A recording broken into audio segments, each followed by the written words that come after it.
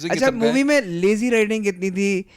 पहली मूवीज का ये था कि एक्शन सीन अच्छे होते थे, नियो आता था, लड़के जाता था, फाइट सीन होते थे। अब इसमें सिर्फ ये हाथ का जेस्चर देता है, वेव आता है। यार वो बूढ़ा हो गया है ना, अब उसके लिए प्रॉब्लम बूढ़ा हो गया है ना। लेकिन मैट्रिक्स के अंदर तो जवान है ना वो। हाँ, यार वो बूढ़ा हो गया तो अब वो एक्टर बूढ़ा हो गया ना, वो वापस वो पूरे incredibly lazy लेकिन right वही एक्टर जॉन विक में एक्शन दे रहा है। सारे fight scenes There is no power on earth that can undo Pakistan.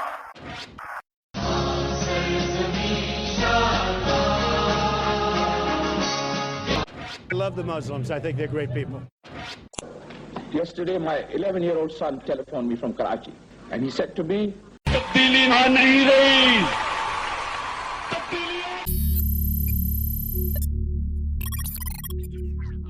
चलो अब जब भी शुरू करना है कर लेना। कौन शुरू कर रहा है? Assalamu alaikum wa rahmatullah. Welcome back to another episode of Podcast Chalk.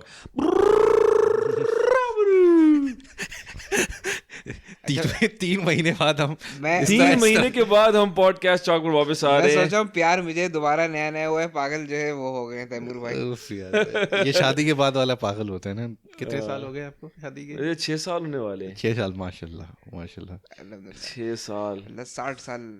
और वो मैंने भी एक वीडियो देखी थी कि एक बंदा कहता है कि वो नीचे आकर बैठा होता है, उसकी बीवी आती है कि रात का इतना देर हो गई है, 3 बजे हैं, तुम क्या कर रहे हो नीचे? तो कहता है कि आज हमारी 20 साल की एनिवर्सरी है। तो कहती थैंक यू, तुमने याद रखा, मैं इतनी खुश हूँ। कहता है कि तुम्हें याद है कि जब हमने स्टार्ट किया था तो तुम 16 साल की थी और मैं 18 साल का था। तुम्हें याद है कि तुम्हारे बाप ने ये कहा था कि या तो तुम शादी करो या तुम जेल जाओ। तो कहती है हाँ। कहता है कि आज मैंने निकल जाना था इसलिए मैं रो रहा हूँ। सही है डरा है नहीं, नए लोगों क्यों डरा रहे हैं आप? अभी तो आज जो है वो बिल्कुल एब्सोल्युटली नया है, बल्कि होने वाला है। हो चुका है एक तरीके से। नहीं, लेकिन अभी ये बताएं कि साद तारुफ तो करा दे पहले लोगों का। हाँ, हमारे साथ बिल्कुल ही आउट ऑफ द ग्रूव हो गए इसमें। हाँ बिल्कुल हमारे साथ 5 लोग हैं अभी, ठीक है। एक तो मैं हूँ और साहिवाल के आप मुझे जानते हैं, साहिवाल से हूँ। और मुझे बहुत देर हो गई इधर वियतनाम में। लिटरली मुझे चले जाना चाहिए था 4-5-6 महीने पहले, लेकिन वही साहिवाल सबसे करीबी भैंस है, तो आपको यहीं 3D गाय जो है ना, वो उस काम पर मैं सीरियस हो गया। अभी पाकिस्तान और वियतनाम के दरमियान फ्री ट्रेड एग्रीमेंट साइन हुआ है, आपको शायद पता हो। इस फ्री ट्रेड एग्रीमेंट वो एग्रीमेंट होता है जिसके नतीजे में बहुत सारी यानी जो ड्यूटीज़ होती है, इंपोर्ट एक्सपोर्ट एक दूसरे आपस में ना वो ख़त्म हो जाती हैं, कम हो जाती हैं, और रेगुलेशंस भी आसान कर दी जाती है। तो उसके नतीजे में जो आपका जो भैंसों का जो बिजनेस है उसको तो बहुत तरक्की पानी चाहिए, जो आपको पता नहीं पहले कितने जगह की भैंसें मशहूर हैं, साहिवाल और वियतनाम। बिल्कुल। तो अब आप बड़े आराम से अब इंटरब्रीडिंग कराएगा इनका, क्रॉस ब्रीडिंग होगी। बिल्कुल यही मेरा मकसद इधर है। और हमारे साथ और ताहा है जो टिपिकली चौक के करीब होता है, लेकिन अब वो चौक पे कंस्ट्रक्शन चल रही है तो हम थोड़ा दूर वाले किसी चौक पर हम बैठे हुए हैं। चलें, अस्सलाम वालेकुम। लेकिन जिंदगी हर मोड़ पे कोई ना कोई चौक नहीं होती क्या? बिल्कुल, जहाँ क्रॉसरोड्स जा रहे होते हैं। बल्कि आज का हमारा टॉपिक भी ये है, जिंदगी का हर एक मोड़ एक चॉइस होती है, एक चौक होता है जिधर आपके पास 2 राहें होती हैं या 4 राहें होती हैं। मैं तो कहता हूँ 4 नहीं 5 राह होती हैं। एक तो रास्ते जा रहे हैं आगे पीछे दाएं बाएं, और एक आप चूज करते हैं सेंटर में जाके बैठ जाएं, चाय वाय पिए। तो ये भी एक चॉइस हुई। ये out of the system choice है, आउट ऑफ बॉक्स थिंकिंग जिसे कहते हैं। ये सिस्टम को ब्रेक कर देती है। एग्जैक्टली। तो और साथ क्या ये जो तुम जो खबर सुना रहे हो, प्यार या मोहब्बत या क्या? इतने अरसे से जो पॉडकास्ट नहीं हो रहा था, मैं गायब था दोबारा। हाँ। अपना डिप्रेशन के फेस से निकलने के लिए मैं नई मोहब्बत ढूंढने निकला हुआ था। तो मिल गई आपको? तो जाहिर सा था, आपको मेरी शक्ल वैसे नजर नहीं लगा, पता चल रहा है कि जिनको नजर आ रही है उनको जवाब मिल जाना चाहिए। तो क्या नई मोहब्बत यानी आप ये शख्स है या कोई हॉबी है या कोई पेशा है? मैं आप दोनों मेरी शक्ल देखा और आप पता क्या है? ये शख्स है।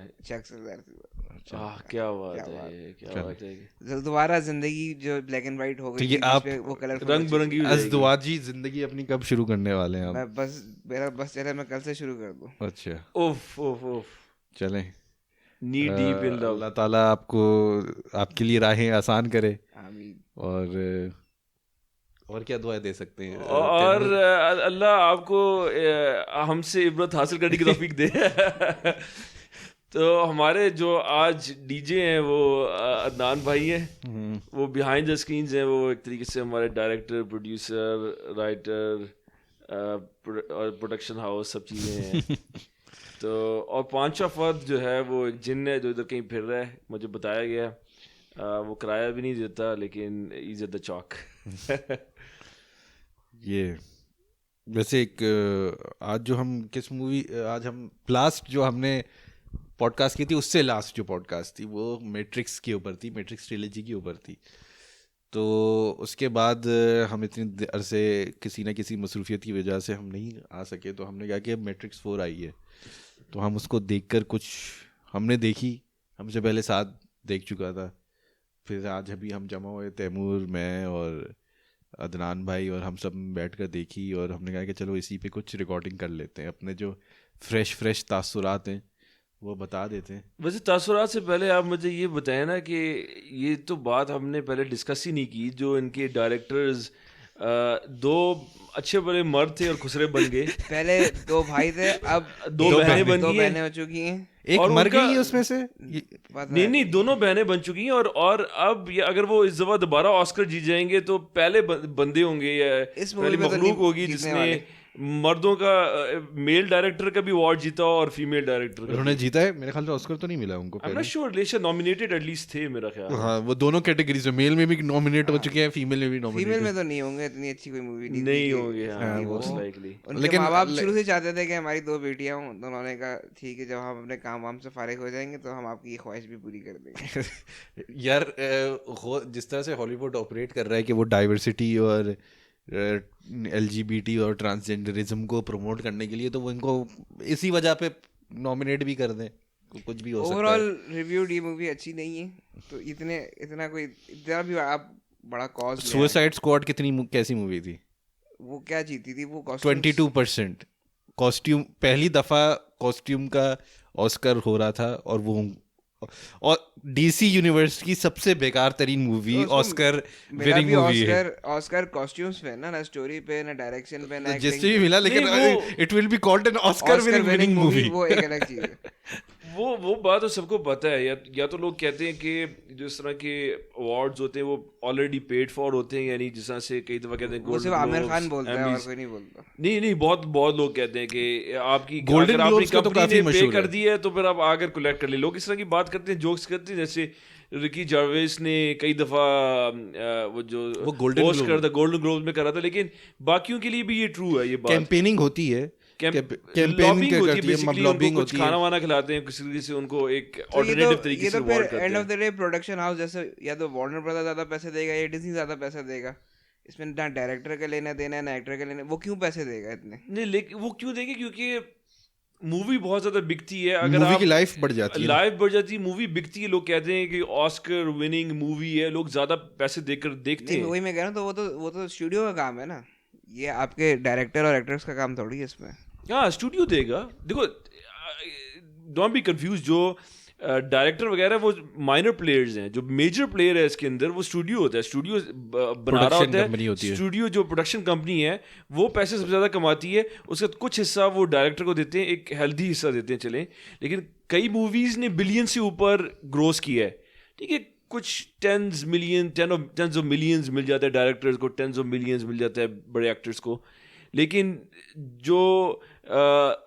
जो बिग चंक ऑफ मनी है, जो ज़्यादा पैसे हैं, वो प्रोडक्शन हाउस या जो भी स्टूडियो है उसको मिल जाता है। मैट डेमन को ऑफर हुई थी एवेटार पे 10% के सैलरी नहीं ले, 10% जितना भी प्रॉफिट होगा वो मैट डेमन के पास जाएगा। कौन सा रोल? वही जो Main role। जो टांगों के बगैर वाला जो बंदे का रोल। लेकिन उसने कहा ये क्या बकवास मूवी है, और उस मूवी ने $1 बिलियन कमाए थे।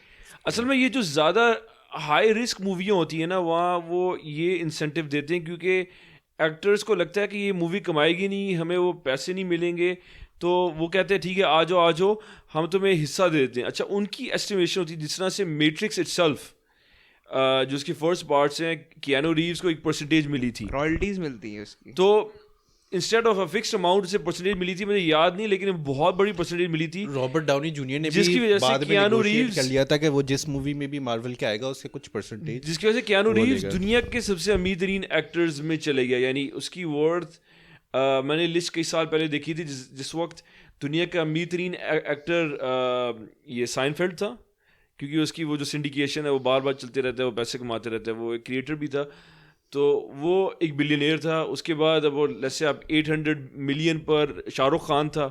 उसके बाद ओपरा नहीं थी सबसे क्या? ओपरा नहीं है सबसे रिच? नहीं, वो एक्टर नहीं है ना। अच्छा, और उसके बाद बाकी ये आते हैं, टॉम हैंक्स आता है, कियानू रीव्स आता है। कियानू रीव्स तक 4/5 है। उसके बाद वो आता है अपना पार्ट्स ऑफ द कैरिबियन में कौन था? Johnny Depp. जॉनी डेप आता है, डिकैप्रियो आता है, लेकिन अबाउट 8th है। मैं अब सुन रहा बीच हूँ में कि- सलमान खान भी आता है, अबाउट 9th वगैरह सलमान खान है। ड्वेन जॉनसन नहीं आता काफी ऊपर? आप ड्वेन जॉनसन अब होगा, ये मेरा ख्याल है थोड़ी पुरानी लिस्ट है। ड्वेन अब जॉनसन उस तरह आता है कि इस साल सबसे ज्यादा उसने कमाया, ऑल टाइम पे नहीं आ रहा था, कलेक्टिव जो ऑल टाइम। ये इसमें बहुत ज़्यादा अमाउंट है, अगर 500-600 मिलियन या जो भी, और ये लोगों ने टिपिकली इस तरीके से कमाई है जो जिन्हें परसेंटेज मिल गया। उन्होंने कोई एक मूवी जिसकी एक्सपेक्टेशन थी कि वो बहुत बेकार चलेगी और बहुत बड़ा सक्सेस बन गया, उन्होंने वो परसेंटेज जो है वो खा ली। वो क्या ये इसलिए मिला ना कियानू रीव्स की, मैट्रिक्स की एक लेगेसी थी।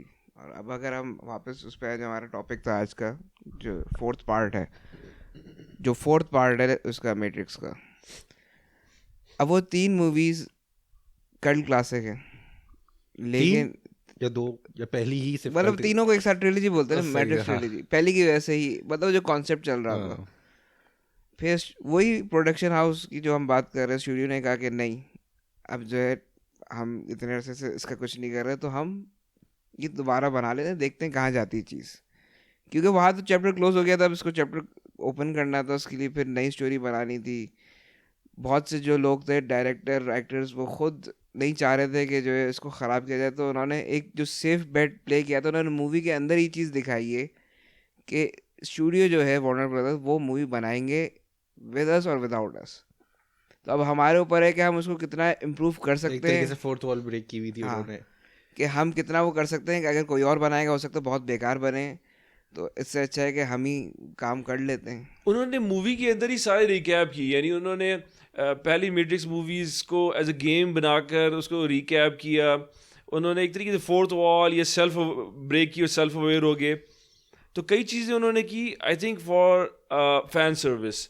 मतलब मुझे ऑनेस्टली लगता है जैसे उन्होंने पिल को बार बार लेकर आए हैं, ऑल ऑफ दैट। उन्होंने वो जो फेमस सीन था मोर्फियस और नियो का, ये वाला पिल वाला दोबारा उन्होंने दिखाया एक स्क्रीन के ऊपर। तो वो यानी ये एक तरीके से एक नॉस्टैल्जिक यानी प्रोडक्शन थी कि जिसका पर्पस ही था कि नॉस्टैल्जिक फीलिंग्स को निकाला जाए, rather than एक लेजिटिमेट कंटिन्यूएशन। देखिए अगर हम नॉस्टैल्जिक की अगर बात करें और कितना उन्होंने पिछली मूवीज़ को कितना कामयाब हुए उसको, उसकी स्पिरिट को कैप्चर करने के हवाले से, देखिए पिछली मूवीज़ के अंदर जो आइकॉनिक कैरेक्टर्स थे, द वन इतना आइकॉनिक एज अ कैरेक्टर नहीं था, रोल एज ठीक है, यानी वो एक जो वन टोन एक्टर है, यानी सिर्फ मोनोटोन एक्टर है, उसमें ज़्यादा एक्टिंग नहीं होती। यानी उसने कोई ऐसी कोई ग्राउंड ब्रेकिंग नहीं की थी। लेकिन अगर आप कहें कि मॉर्फियस एक एक्टर था या कैरेक्टर था जो लोग पसंद करते थे, या मॉर्फियस के बाद आप वो कह लें एजेंट स्मिथ था, जिसकी जो आइकॉनिक जिसकी पोर्ट्रेयल थी, जो जितने भी इस तरह के वो फ्रेंच आया, लेकिन वो फ्रेंच बहुत ही बेकार तरीके से, वो क्या नाम है, 5 मिनट कैमियो देने आया था, हाँ वो भी घटिया उसका था, स्मगलर जो था। हाँ, तो वो यानी ये सारे आइकॉनिक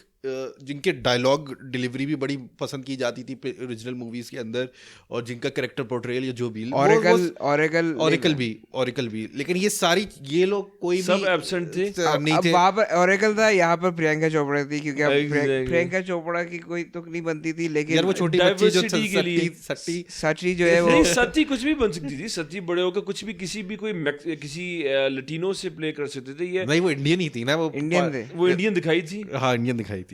अच्छा, लेकिन आइदर वे बेसिकली मुझे जो लगता है ना कि जब ये मर्द से औरत हो गया ना, और आज का ज़माना जो एक वोक ज़माना है ना, जिसके अंदर आपने हर किसी को यानी आपने चीनी भी दिखाना है, काला भी दिखाना है।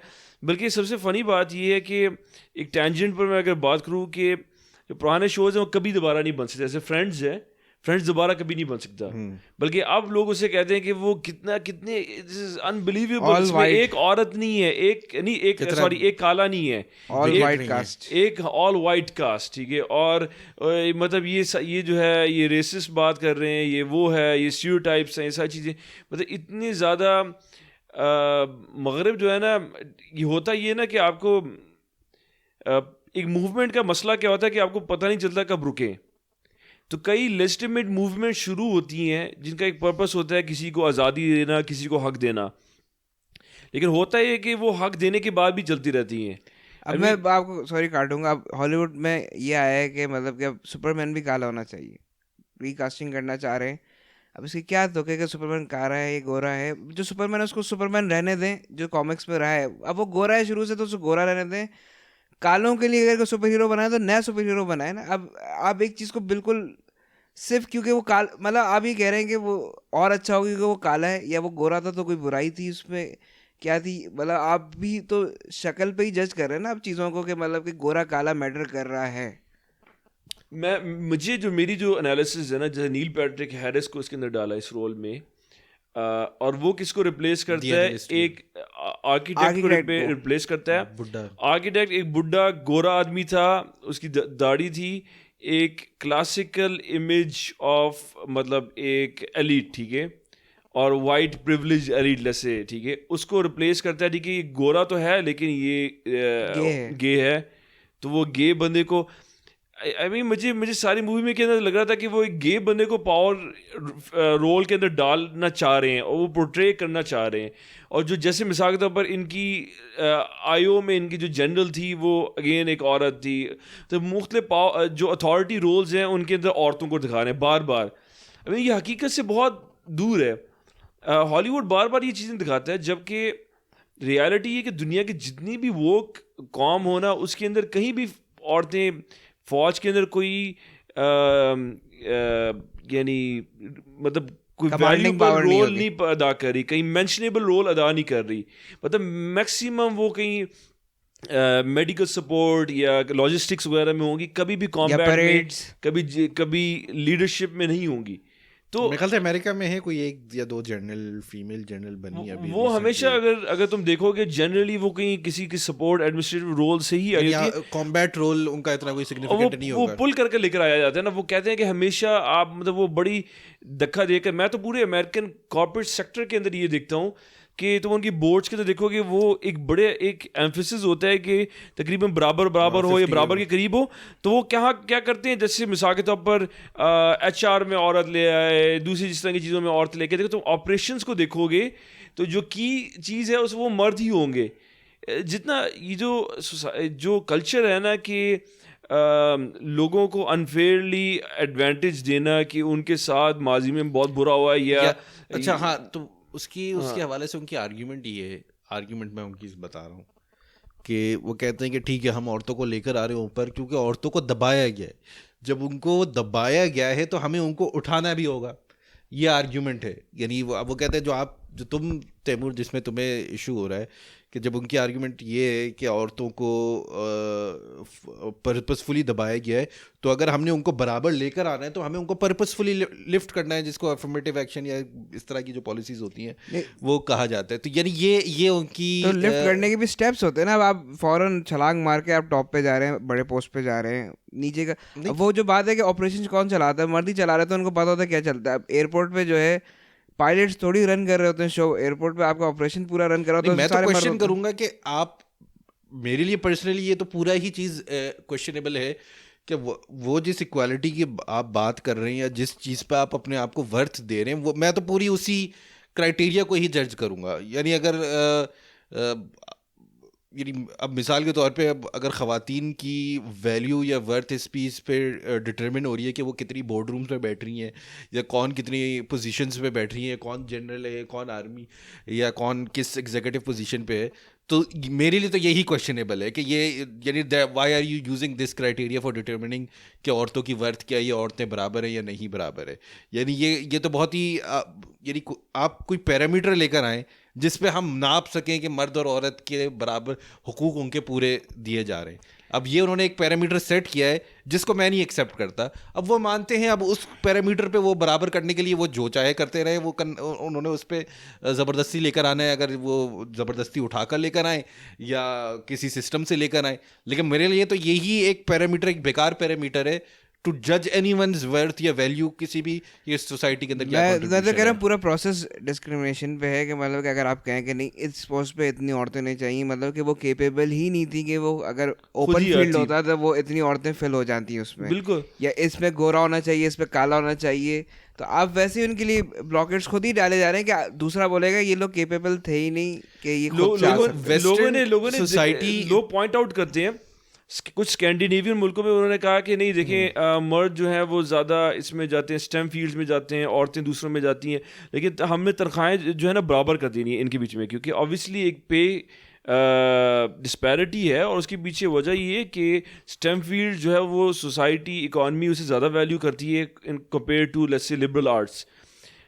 तो उन्होंने स्कैंडिनेवियन कुछ मुल्कों में कोशिश की कि इसे बराबर करें, उसका रिजल्ट ये हुआ कि और ज़्यादा औरतें इसमें गई, यानी जो औरतें कुछ जा रही थी स्टेम में वो भी सब लिबरल आर्ट्स में चलेगी, तो सारी ख़वातीन जो है तकरीबन लिबरल आर्ट्स में चलेगी, मर्द स्टेम में चलेगी, और अब बाय फोर्स आर्टिफिशियली जो है दोनों को एक पे लेवल रखना चाहते हैं। इस पे राउंडर हाउसी ने कहा था, जब से किसी औरत ने सवाल पूछा था, ऑस्ट्रेलिया में कोई एथलीट थी वॉलीबॉल टीम की या क्रिकेट की पता नहीं, तो उसने ये कहा था कि ये ऐसा क्यों है कि आपको पैसे पूरे मिलते हैं लेकिन हमारे उसमें अभी भी जो है ना हमें जो है उतने पैसे नहीं जो मेंस टीम को मिलते हैं। तो राउंडर हाउसिंग ने कहा था क्योंकि मैं पोस्टेड गर्ल हूँ यूएफसी की, इस वक्त मैं क्राउड पुल करती हूँ, लोग मुझे देखने आते हैं, इस हिसाब से मुझे पैसे मिलते हैं। आप लोगों के स्टेडियम खाली होते हैं, लोग आते नहीं, ना आपको एडवर्टाइजमेंट मिलती है, ना आपको वो मिलती है कि प्रमोशंस मिलते हैं, तो क्यों आपके पैसे ज़्यादा होंगे? तो बात वही जो जिस चीज़ की वैल्यू होगी उसको वैल्यू दी जाएगी ना।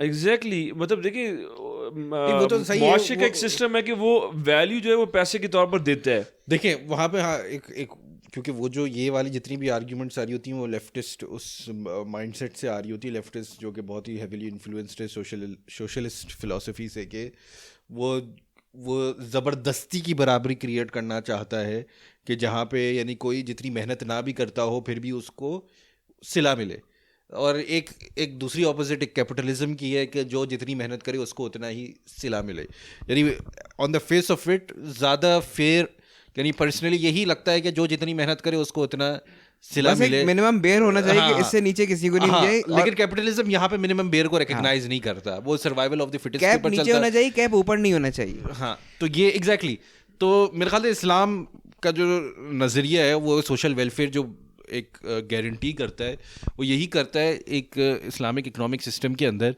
कि अगर कोई इंसान का दिवालिया निकल जाए तो वो जो वेलफेयर सिस्टम होगा वो होगा उसको वापस सपोर्ट करने के लिए। कैपिटलिस्ट सोसाइटी के अंदर हमें पता है अमेरिका के अंदर कोई सपोर्ट, आपका दिवालिया निकल जाए और लोगों का जो 2008 के अंदर दिवालिया निकले और सारी चीज़ें हुई, लोग सड़कों पे आए, होमलेसनेस अमेरिका के अंदर एक बहुत बड़ा इशू है जो कि कोई बात नहीं करता है उस पर, वो छुपाने, जहाँ पे ऑस्कर के अभी मैंने रिसेंटली नहीं कुछ इस साल जो देखा था कि ऑस्कर पे जो अवार्ड्स हो रहे थे तो लॉस एंजलिस के अंदर जिस जगह पे भी जो भी वेन्यू था वहाँ पे लाइन से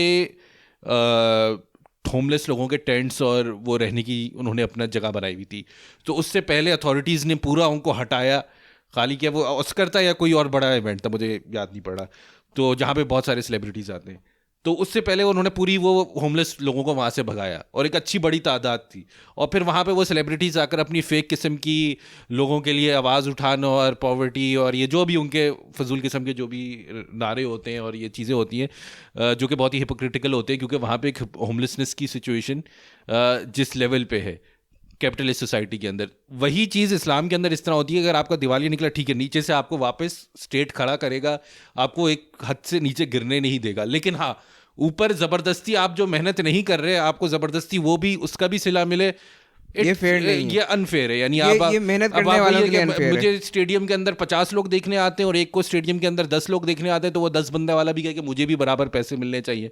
क्यों मिलने चाहिए आपको बराबर पैसे? तो वहाँ पे यानी सेंस बनती है, यानी अगर ये आर्ग्यूमेंट पेश की जाए, मुझे नहीं पता कि उनका क्या काउंटर आर्ग्यूमेंट है। ये WNBA वुमेन्स NBA और वुमेन्स फुटबॉल टीम ये काफ़ी इस तरह के WNBA अगर मिसाल के तौर पर देखें, WNBA एग्जिस्ट नहीं करता अगर मर्द और औरत बराबर होते। मतलब क्या रीजन होता कि 2 डिफरेंट लीग्स हों हर चीज़ की। तो नहीं, अब असल में मेरे ख्याल से आप ये फनी बात ये भी देखें कि सिर्फ ये नहीं है, चेस देखिए, चेस के अंदर कोई फिजिकल चीज़ नहीं है, लेकिन चेस के अंदर भी वुमेन्स इंटरनेशनल मास्टर होता है और फिर उसके बाद जनरल यानी इंटरनेशनल मास्टर होता है।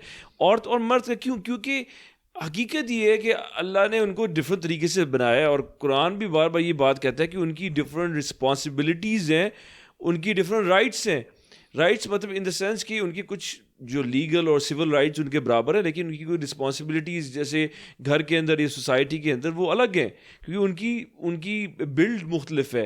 लेकिन असल में कुरान ये कहता है कि आप उसकी तलब ना करो जो दूसरे को दिया है, यानी जो अल्लाह का फजल किसी को दिया है, चाहे एक मर्द दूसरे मर्द की तरफ ना ये देख कर सोचे कि उसको क्यों इतना मिला, वो अल्लाह की मर्जी है कि किसको वो कितना फजल दे। तो जो है ना ये जेंडर रोल जो है ना ये सिर्फ एक एक्सटर्नल एंटिटी ही बता सकती है। इंसान अपने बीच में कभी भी डेमोक्रेटिकली इसके हकीकत या इसकी बेहतरीन कॉन्फ़िगरेशन तक पहुंच नहीं सकते भाई। आप ये सिर्फ एक बाहर जो अल्लाह है वो हमारा खालिक ही हमें बता सकता है कि हमारे लिए बेस्ट सेटअप क्या है। आप ये देखें यूएस को इस वक्त बोलते हैं कि जिस तरह फॉल ऑफ रोम चल रहा था और वही सब कुछ अभी यूएस में हो रहा है, बस सबके पास वाईफाई और सब लाइव देख रहे हैं इस चीज़ को। और जब डिक्लाइन में उनका सबसे बड़ा इशू क्या है वो है जेंडर, कि क्या जेंडर कौन सा चल रहा है और किस पे ये है। तो ये हर सोसाइटी में यहाँ पर आप बेसिक से हट के जो है ना एडवांस जो आपको करने की चीज़ें भी नहीं है, सोचने गौर व फिक्र में पहुँच जाएंगे जिसका कोई प्रैक्टिकल कोई होना ही नहीं चाहिए इम्प्लीकेशन दुनिया के अंदर, तो आपकी सोसाइटी कोलैप्स करना शुरू कर जाएगी क्योंकि आप फजूल चीज़ों में लगे हुए हैं इस वक्त। बिल्कुल, हमने थोड़ा टेंजेंट कर लिया है, थोड़ा नहीं पूरा ही टेंजेंट हो चुका है। पूरा ही टेंजेंट हो चुका है। तो नहीं हुआ यार, अगर हम डायरेक्टर लाना वचाउस्की को जो कि पहले वचाउस्की, और आई थिंक इसके अंदर ही कुछ थीम। मैं तो ये कहूँगा कि आप ये देखें कि पहले वो जब मर्द थे तो उन्होंने अच्छी मूवी बनाई थी, अब वो जब औरत बन चुके हैं तो नेचुरली वो सिंक इन कर चुके हैं। जो मैट्रिक्स रेवोल्यूशन थी उस वक्त भी वो मर्द ही थे मेरे ख्याल से वो फेस से गुजर रहे थे। लेकिन नहीं तो वो रेवोल्यूशन शायद उतनी, मगर मैं ये कहूँगा कि मूवी क्वालिटी में जो फ़र्क आ रहा है ना वो इस वोकनेस की वजह से, कि मैंने ये कहा इस मूवी की थीम्स थी भाई। आप स्लो राइडिंग, मुझे आज के ज़माने में जो भी नई मूवीज़ में देख रहा हूँ जहाँ फोर्सफुल डाइवर्सिटी हो रही है, जो कुछ हो रहा है, क्योंकि देखिए एक पुराना ज़माना क्या होता था कि जहाँ मूवीज़ जो है वो बहुत बोल्ड होती थी और कोई लिमिट्स नहीं होते थे, यानी वो कहते थे जो चीज़ उनके जहन में आ रही है वो कहते थे और ये चीज़ हमारे लिए इंजॉयबल थी। आज जितना रिजर्व्ड और जितना कंट्रोल्ड और जितना आपने अचानक से, जैसे इसकी मूवी के अंदर हम आखिरी सीन के अंदर ये देखते हैं कि शायद वो ये दिखाना चाह रहे हैं कि ट्रिनिटी जो है वो द वन है, औरत भी हो सकती है। वो मतलब 4 मूवीज के बाद उन्होंने औरत को बना दिया कि ये हमारी इंटेंशन थी, जबकि कहीं भी वो ऐसा बेचारा मोर्फियस फजूल में मारा गया गलत बिलीफ के साथ कि वो उसको लगता था नियो द वन है, लेकिन जब उसके पास पहले से द वन मौजूद है। लेकिन मुझे लगा कि उन्होंने एंड के अंदर शुरू बीच में ये तो लगा था एंडिंग में कि शायद ट्रिनिटी द वन है, लेकिन जो बिल्कुल लास्ट सीन होता है उसमें दोनों ही उड़ते हुए जा रहे होते, तो it seems like there are twos, यानी there is no the one, there the twos, या वो दोनों मिलकर यानी वो ट्रिनिटी वाला जो कॉन्सेप्ट है ना, लिटरली ट्रिनिटी वाला कॉन्सेप्ट जो क्रिश्चियनिटी के अंदर है, the Father the Son and the Holy Ghost मिलकर खुदा बनते हैं, यानी वो they are one and they are separate and they are, यानी वो जो बहुत ही कंफ्यूजिंग। अच्छा, मूवी में लेजी राइटिंग कितनी थी।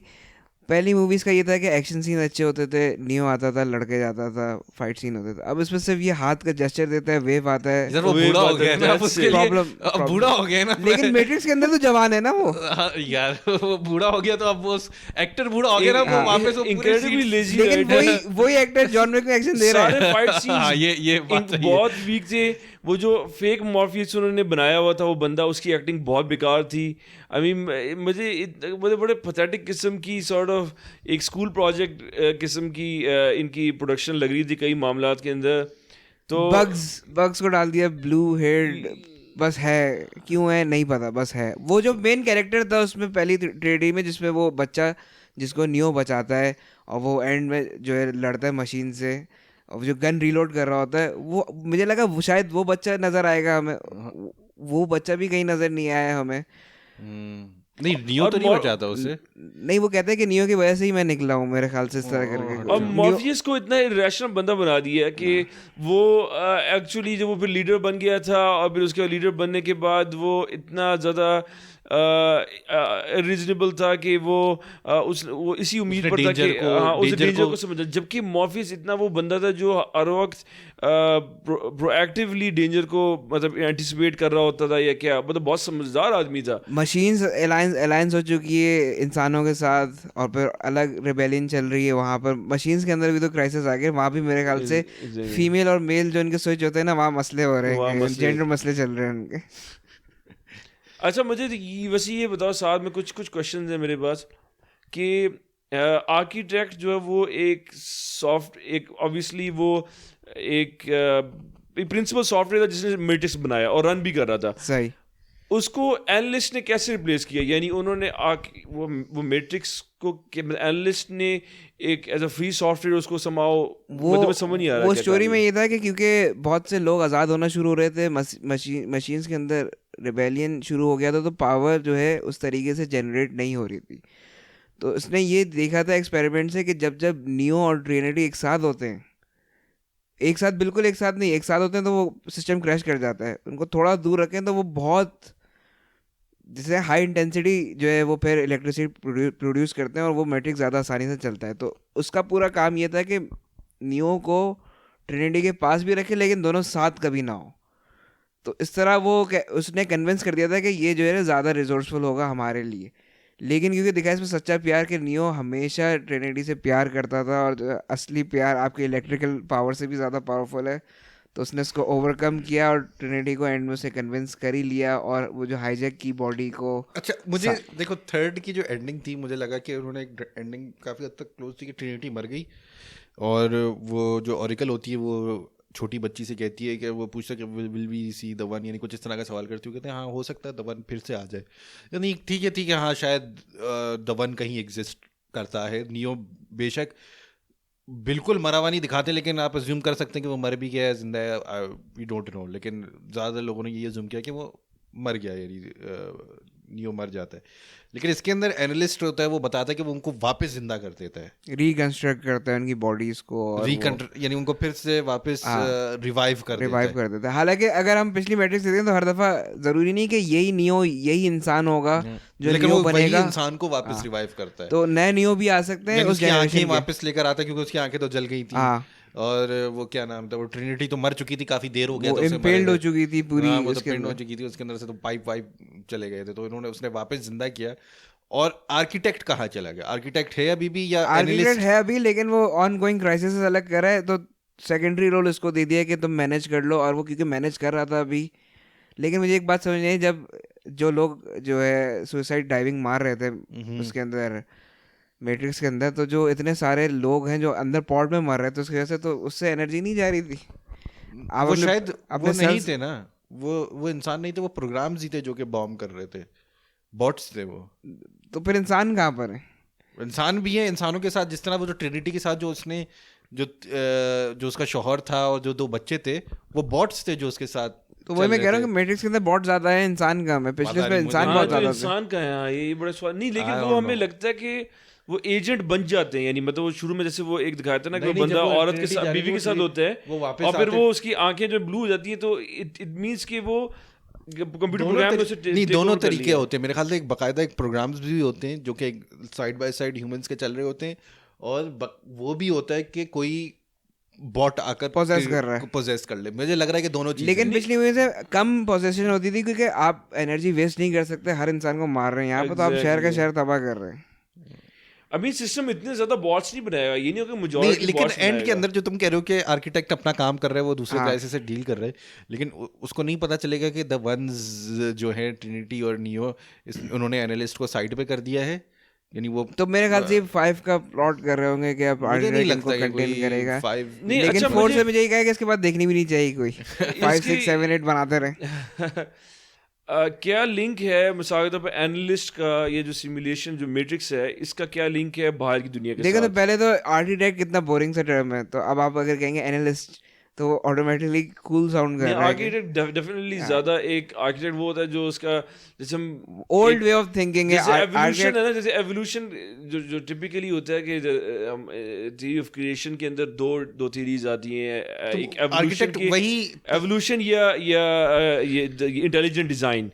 तो इंटेलिजेंट डिजाइन जो करता है वो यही है कि मतलब खुदा एक है जो इंटेलिजेंट डिजाइन करता है. तो वो एक तरीके से आर्किटेक्ट, क्योंकि आर्किटेक्ट डिजाइन करता है तो उन्होंने वो दिखाया कि वो उसका इंटेलिजेंट डिजाइनर है, वो आर्किटेक्ट है. लेकिन एनालिस्ट तो एनालाइज करता है, तो वो बनाता तो नहीं है, वो सिर्फ एनालाइज करता है और उसका तजिया देता है उन चीज़ों के ऊपर. तो architect old way of thinking है, एनालिस्ट के न्यू वे ऑफ थिंकिंग है. मतलब कि अब वो पुल भी तो करना चाह रहे हैं नए जनरेशन को. देखो लेकिन मैं ये बात समझ नहीं पाया कि ये मैट्रिक्स तो रन कर रही थी कि इन सब के जो इंसान सारे वो अनोमलियम है जिसके अंदर पॉड्स के अंदर इंसान है, ठीक है, उन सब के दिमागों के अंदर रन कर रही है. और शायद कुछ और सर्वर्स भी हैं जिसके अंदर रन कर, सर्वर्स के अंदर आई गेस पूरी दुनिया वो रन करती है. और इंसानों का जो वो इंसानों के दिमाग में नहीं रन कर रही, इंसानों के दिमाग एक प्रोग्राम के अंदर जाकर लिंक होते हैं और इनपुट है शायद. अच्छा, कुछ वेरिएबल प्रोवाइड कर रहा है, कुछ क्योंकि दिमाग तो सुन हो जाएगा ना, चॉइसेस प्रोवाइड कर रहे हैं जो एज वेरिएबल के तौर पर उस प्रोग्राम में जा रहे हैं. ठीक है, नहीं, इंसान से एनर्जी खींचनी है मशीन को, ठीक है, तो उसके लिए इंसान के दिमाग को शट होना वो रखना जरूरी है कि इंसान का दिमाग शट ना हो. तो इंसान को पॉड में रखने के लिए उसके दिमाग में सिमुलेशन रन करनी है कि वो एक असली दुनिया में, ताकि कभी वो उठे ही नहीं उस चीज़ से. उसका दिमाग जो है वो पार्टिसिपेट कर इस प्रोग्राम का हिस्सा है, या उसका दिमाग सिर्फ इनपुट दे रहा है. मेरे कहने का मतलब ये कि ये मैट्रिक्स जो है वो एक डेटा सेंटर में रन कर रही है, ठीक है, और वो हर जो बंदा जो पॉड के अंदर है उसके दिमाग से एक इनपुट आता है चॉइसेस के बारे में. यानी मिसाल के तौर पर वो मैट्रिक्स में जो उसका एवेटार है, ये जो बंदा है उधर मैट्रिक्स में, वो अगर सोचता है कि अच्छा मैं यहाँ उठ कर जाऊँगा या बैठ जाऊँगा, जो भी फैसला है वो सारे फैसले उसका दिमाग एज अ सिग्नल बेस्ड है और वो एज इट इज प्रोग्राम की तरह करता है. तो अच्छा, लेकिन तो मैट्रिक्स से पूरा काम ये है कि प्रोग्राम ऐसा बनाना है कि इंसान को लगे कि ये असली दुनिया के अंदर है, ताकि वो कभी अगर क्योंकि उसको लगेगा कहीं पे भी, जैसे पहले मैट्रिक्स क्रैश हुए थे जब फेयरनेस थी पूरी दुनिया में, तो वो क्रैश कर गई क्योंकि इंसान एक्सेप्ट ही नहीं कर पाया था कि मेरे अमीर होने के लिए किसी का गरीब होना ज़रूरी है. अच्छा, जो एक और जो पॉइंट है जो कि प्रोग्राम्स जो कि एग्जिस्ट करते हैं साइड बाय साइड, उस हवाले से जो मॉर्फियस जो बताता है कि वो अपनी एक नॉर्मल ज़िंदगी एज अ प्रोग्राम जी रहा था, फिर एकदम से वो पैटर्न डिटेक्ट कर लेता है जिसकी वजह से उसे लगता है कि मैं एक सिमुलेशन में चल रहा हूँ, मैं सिमुलेशन में चल रहा हूँ. तो जिस वक्त इंसान को ही पता चल जाता है कि वो सिमुलेशन में चल रहा है. वो लड़की भी जो थी, बग्स जो भी थी, वो बस अपनी नॉर्मल जिंदगी जी रही थी, एकदम से वो नियो को देखती है, वो कहती है कैसा हो रहा है. तो जब ये इंसान का ये ट्रिगर होता है तो वो फिर वो उसका दिमाग क्रैश होना शुरू हो जाता है, या तो वेकअप कॉल आ जाता है उसका, या अगर क्योंकि इंसान कंपेटिबिलिटी लूज कर देगा मशीन से तो वो एनर्जी रिलीज नहीं होगी, इंसान मर जाएगा. जब वो रियलाइज करना शुरू करता है कि मैं शायद किसी सिमुलेशन के अंदर हूँ, तो वो उस तरह से एनर्जी नहीं प्रोड्यूस कर रहा होता, वो ब्रेक उस सिमुलेशन से निकलना शुरू होता है. और फिर जो बाहर बैठे हुए ह्यूमंस होते हैं वो कोड के अंदर डिटेक्ट करते हैं उसको कि ये बंदे पे रेड पिल देते हैं ताकि पिन पॉइंट कर सकते हैं कहाँ पर है, और फिर वो निकाल लेते हैं. तो एनालिस्ट और आर्किटेक्ट का काम ही है, ये आर्किटेक्ट ने ही ऑरेकल को बनाया था ताकि केओस इंट्रोड्यूस हो सके, क्योंकि उसको तो सिर्फ ऑर्डर आता था. इंसान को केओस भी चाहिए, तो ऑरेकल का काम केओस था कि अनएक्सपेक्टेड चीज़ें हों. जैसे कि प्यार क्या है, मशीन नहीं बता सकती प्यार क्या है, तो वो एक्सपेरिमेंट चल रहा था प्यार किस तरह आएगा. तो इसी तरह अब एनालिस्ट का काम आया था कि वो जितना रियल कर सकते सिमुलेशन को करे. नहीं, अच्छा, ये जो प्यार किस तरह आएगा, अब उस पर जो एनालिस्ट ने अपना जो फलसफा लगाया, जैसे वो आर्किटेक्ट को यही तनकीद कर रहा होता है कि वो आर्किटेक्ट जो है वो बस इक्वेशंस और नंबर्स और फैक्ट्स के ऊपर सोचता है. मैं जो हूँ, मैं फीलिंग्स को कंसिडर करता हूँ, और मैंने यानी फिक्शन के ऊपर मैं डील करता हूँ, यानी मैं नॉन फिक्शन यानी जो रियलिटी के ऊपर नहीं, कि what you feel is real, यानी कुछ इस तरह की वो अपना फलसफा लगाता है. और इस तरह से मैंने ज़्यादा वो एक्सट्रैक्ट प्रोडक्टिविटी बढ़ाई है, प्रोडक्टिविटी. मेरा सवाल ये कि जो बाहर जो मशीन्स चल रही हैं, क्या हमें कोई अंदाजा है कि वो किसी सॉर्ट ऑफ हायरार्की के अंदर हैं? हायरार्की है उनकी. अच्छा, तो हायरार्की है, जो टॉप मशीन है उसके अंदर, वो मशीन्स कैसे इस मैट्रिक्स को कंट्रोल करी? यानी ये मैट्रिक्स एक डेटा सेंटर है, आपका पावर जनरेटर है. ये डेटा सेंटर तो है, लेकिन पावर जनरेटर नहीं है. पावर जनरेटर तो अलग है जो पावर एक्सट्रैक्ट कर रहा है. मैट्रिक्स एक सिमुलेशन है जिसकी वजह से वो जो पावर सेंटर चल रहा है। नहीं, एक सिमुलेशन है जिससे आपकी जो बैटरीज है वो कनेक्टेड है ताकि बैटरीज डाई आउट ना हो जाए या डिस्कनेक्ट ना हो जाए। ये मेन पर्पस है। उनको अपनी सिविलाइजेशन चलानी है, उसके लिए पावर चाहिए। पावर इसलिए नहीं कि इंसानों ने ब्लैक क्लाउड कर चुके हैं और वो उसके सन से वो पावर एक्सट्रैक्ट कर नहीं पा रहे। तो सबसे जिसे कहेंगे एफिशिएंट पावर सोर्स अभी इंसान है। तो इंसान के सबसे ज्यादा एनर्जी निकालने के लिए सिमुलेशन रन हो रही है, जो कि मैट्रिक्स है। मैट्रिक्स कोलैप्स कर जाएगी, इंसान जाग जाएंगे, पावर खत्म हो जाएगी। वो बात तो मुझे क्रिस्टल क्लियर समझ आ रही है, लेकिन मेरा क्वेश्चन ये है कि जैसे जो आर्किटेक्ट है, क्या वो जो top leader of the machines है, जो सेंट्रल है, वो आर्किटेक्ट है जो उसको साथ plugged in into this data center और कंट्रोल कर रहा है एक्सटर्नली? आर्किटेक्ट आप समझे कि बहुत बड़ी कोई कंपनी है, उसके प्रोग्रामिंग का आईटी हेड है वो। क्योंकि जो आर्किटेक्ट का क्या ताल्लुक है with the real leader of the machines? कोई नहीं, वो आईटी हेड है किसी बड़ी अच्छी कंपनी में। नहीं मतलब अच्छा, जो मशीन्स हैं वो कंट्रोल नहीं करी, तो कैसे वो कोऑर्डिनेट कर पाती हैं अपने अटैक्स? मिसाल के तौर पर कोड्स है ना, नंबर्स है, आपस से क्यों नहीं मतलब एक मैट्रिक्स से चल रहा है, तो वो डेटा सेंटर को अलार्म्स देता है, जो कुछ किस तरह से वो ऑर्डर करता है कि वो मुझे नेटवर्क ड्रोन्स जाकर स्ट्रक्चर तो नहीं पता। जो बाहर की मशीन्स है वो समझे कि जो आईटी का हेड है वो सिक्योरिटी को कॉल करता है कि यहाँ मसला हुआ है, ये लोग जो है यहाँ से सेल्स भागने शुरू हो रहे हैं, आपके सेल्स भागना शुरू हो रहे हैं। तो अच्छा, जो एक जंग चलती है और उसके बाद ऐसे लगता है अपेरेंटली कि कुछ मशीन्स ने दूसरी मशीन्स को डिफीट कर दिया, ये शायद एक पावर चेंज आई है। जब उन्होंने पहला इंटरेक्शन देखा था नियो के साथ, तो उन्होंने कहा था कि मतलब कि पहले तो वो इंसान को ऐसे बैटरी ट्रीट कर रहा था ना, नियो को देखने के बाद मतलब आप समझेंगे जैसे जर्मनी में नाजी कैंप्स हैं, लेकिन किसी ने सिर्फ सुना है कि ज्यूज हैं जो उनको मारा ही जाता है, उनको ऐसा इंसान ही ट्रीट किया जा रहा। लेकिन फिर किसी जर्मन ने ज्यू को देखा और फिर देखा कि नहीं, तो ये हमारे तरह भी जिंदा लोग हैं, इंसान है, तो फिर उन्होंने जो है रिवोल्ट करना शुरू कर दिया कि ये गलत कर रहे हैं हम, तो इसको इस तरह देखें। अच्छा, मेरा एक क्वेश्चन है कि जो टाइम रिवर्सल होता है जो वो करता है, तो ये टाइम को रोक लेता है और फिर एनालिस्ट टाइम को रोक लेता है, ये रिवर्स कर लेता है उसके बाद, लेकिन स्मिथ जो है वो उससे इफेक्ट नहीं होता। ये क्या चक्कर है कि बाकी प्रोग्राम्स इफेक्ट होते हैं कि स्मिथ कैसे उससे और नियो भी इफेक्ट हो रहा होता है, नियो भी कुछ नहीं कर पाता। मतलब देखो, मुझे ये सारे सब प्रोग्राम है जो उस ऑपरेटिंग सिस्टम में चल रहे हैं, ठीक है, तो अब कभी ऐसा हो सकता है कि प्रोग्राम ऑपरेटिंग सिस्टम की विल्स को ही डिफीट कर दे, जैसे आपका वायरस नहीं करता क्या? नहीं, वायरस छुप जाता है, मतलब एक्सप्लिसिट विल को डिफीट नहीं। मिसाल के तौर पर अगर बाईपास कर लेते हैं ना उसकी विल को, अगर विंडोज एक टास्क को बंद करना चाहे कर सकते हैं।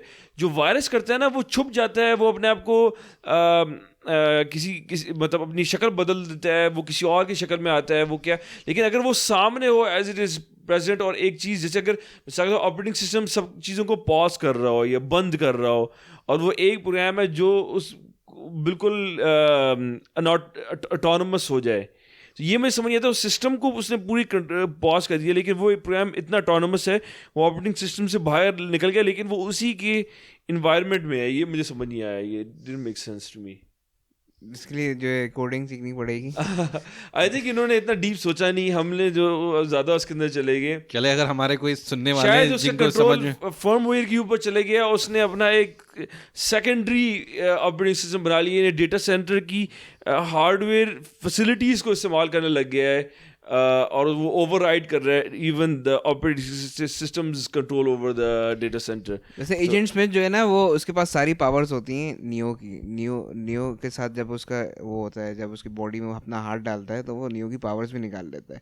अब नियो इंसान है और वो मशीन है, तो वो जिस तरह इंसानों में वो यूनिक है, तो स्मिथ मशीन जो एल्गोरिथम है उसमें यूनिक है, तो वो अडेप्ट कर सकता है कि उसने ओरेकल को भी डिफीट किया हुआ है। मेरे ख्याल से पहली मूवी में पहुंच जाता है ओरेकल के पास तक, तो हो सकता है उसने ओरेकल्स की पावर ली हुई हो एजेंट स्मिथ ने ना। हाँ यानी हाँ, वैसे मतलब कुछ भी। हाँ, तो ये मेरा ख्याल है हमारे प्रोड्यूसर का जो रिमार्क है, ये बहुत अच्छा, ये एक सिंगल लाइन कमेंट हो सकता है इसका, जो हम IMDb या रॉटन टोमेटोज पर डाल सकते हैं। मतलब कुछ भी, 6 out of 10 या 4 out of 10। 6 out of 10 को ज्यादा ही दे रहे हो यार। मैं तो 4 out of 10 दूंगा। 4 out of 10 मतलब कुछ भी। यानी वो जो मूवी का जो पोस्टर छपता है ना, वो हर क्रिटिक का डाल रहे होते हैं, तो एक क्रिटिक पॉडकास्ट चौक मतलब कुछ भी। खैर वार्नर ब्रदर का ट्रैक रिकॉर्ड बहुत बुरा जा रहा है। अभी ये निकाली मैट्रिक्स, उससे पहले इनकी फैंटास्टिक बीस्ट की सीरीज जा रही है और ये जा रही मूवीज है। इटसेल्फ डिक्लाइन पर हैं, तो मतलब अब एक आखिरी इनका वो ये है कि बैटमैन से देखते हैं क्या उम्मीद है। आज का जमाना जो है ना, ये ट्रेलर से तो DC अच्छी लग रही है, पता नहीं क्या होता है। वो कहते हैं मूवी जो है ना, वो स्कोरसेसी कह रहा था कि अब सारे लोग जो हैं वो कॉस्ट्यूम्स पहनकर आ जाते हैं एज वो तो मार्वल मूवीज को बोल रहा है। मार्वल, और मूवीज ही लिमिट रह गई हैं यहीं तक, चले तो मूवी डिक्लाइन पर है। एनीवे बैटमैन में भी करेंगे। These are our two cents हाँ, और a lot of things. a lot of things, शुक्र है हम लोग ऐसा मर्द पैदा हुए, मैं तो यही कहता हूँ। शुक्र है, इस शुक्र discussion है। से तो मुझे नहीं, यही अल्लाह ताला ने जो बेहतर समझा उस तरह पैदा शुक्र है, हम किया है। sensible हैं। अल्हम्दुलिल्लाह, अल्लाह ताला ने हमारे लिए जो भी चुना हमारे लिए बेहतर है। हमारे लिए बेहतर यू है। नो कॉमन सेंस है। I think common sense absolutely बिल्कुल कॉमन नहीं है। तो जो खवातीन जो पैदा होती हैं, अल्लाह ताला ने उनको उस तरह से पैदा किया जो वो उस पे शुक्र अदा करती हैं, उनको करना चाहिए। जैसे हम इस चीज में कह रहे हैं कि शुक्र है, उनको भी करना चाहिए।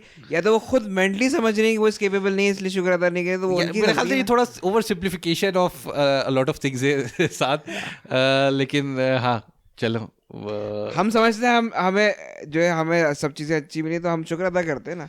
अब अगर किसी औरत के दिमाग में ये है कि वो she is missing out something, वो परफेक्ट बीइंग नहीं है, तो वो उसकी अपनी गलती है ना, क्योंकि हम तो कहते हैं सब परफेक्ट है। नहीं, मेरे ख्याल से it is not as simple as that कि वो ये समझ रही होती हैं कि दे आर नॉट परफेक्ट। यार ये मुझे नहीं पता, ये ख़वातीन से पूछना पड़ेगा। रिसेंटली जो है द फीमेल स्पेसिमेन को जो है अब सी समझ रहा है, एक्सपेरिमेंट कर रहा है, ऑब्जर्व कर रहा है। सही है, सही है। कुछ नहीं, मेरा उससे कोई लेना देना नहीं है। मेरा ये है कि भाई जिस तरह ये वही वाली बात है जो तुम कह रहे थे ना, साथ के वो साथ अभी शायद कि वो ज्यूस को देखकर आप कह रहे हैं या मशीन को देखकर, मैंने ख्याल ये एक कॉमन सेंस वाली बात है कि यानी आप औरत को देखें तो समझ में आएगा कि औरत क्या चीज़ है। अच्छा एक औरत ये कौन सी बात? मैं ये कह रहा हूँ कि मर्द कितना भी परफेक्ट हो जाए, लेकिन उसको कंट्रोल करने वाली औरत ही है। वो औरत इस बात को क्यों नहीं समझ रही कि उसके पास कितनी पावर है, सॉफ्ट पावर जिसको कहा जाता है। हाँ ठीक है, वो एक अलग मेरे ख्याल से डिस्कशन है। लेकिन जो तुम कह रहे थे कि ये एक अजम्पशन थी कि औरत अपने आप को शायद कमतर समझती है, मुझे नहीं पता ये वाली वो मोहब्बत का के कंट्रोल है। वैसे मोहब्बत जो है इटसेल्फ, मोहब्बत और इबादत, हमारा पिछली दफ़ा हमने ये टॉपिक किया, इबादत और मोहब्बत जो है वो दोनों सिमिलर टर्मिनोलॉजीज है। और जिस इंसान मोहब्बत करता है एक तरीके से उसकी इबादत करता है, यानी इबादत इन द मतलब लिटरल सेंस नहीं कि नमाज या इताअत, लेकिन इताअत और इताअत की दफ़ा इस हद तक कि उसकी हर एक ख्वाहिश को पूरा करना। चलें, खैर ये भी एक अल्लाह के दे इम्पोर्टेंट फैक्टर है, क्योंकि अगर ये नहीं होता तो नस्ल इंसानी नहीं बढ़ती ना, अगर इतने कुव्वत से ये चीज़ नहीं भरी ये हुई बहुत सारी हमारे ऑन दिस नोट हम एंड करेंगे इस ख्वाहिश के साथ जो है अब नस्ल इंसानी को आगे फर्दर करे इंशाल्लाह। मेरी नस्ल से वो लोग हैं जो इस्लामी निज़ाम का जो रूज लेकर आ हमें सकें। उसकी इफ्तिताई तकरीब में हमें दावत दे। चले, ओके, अल्लाह हाफ़िज़। सलाम फ्रॉम द चौक।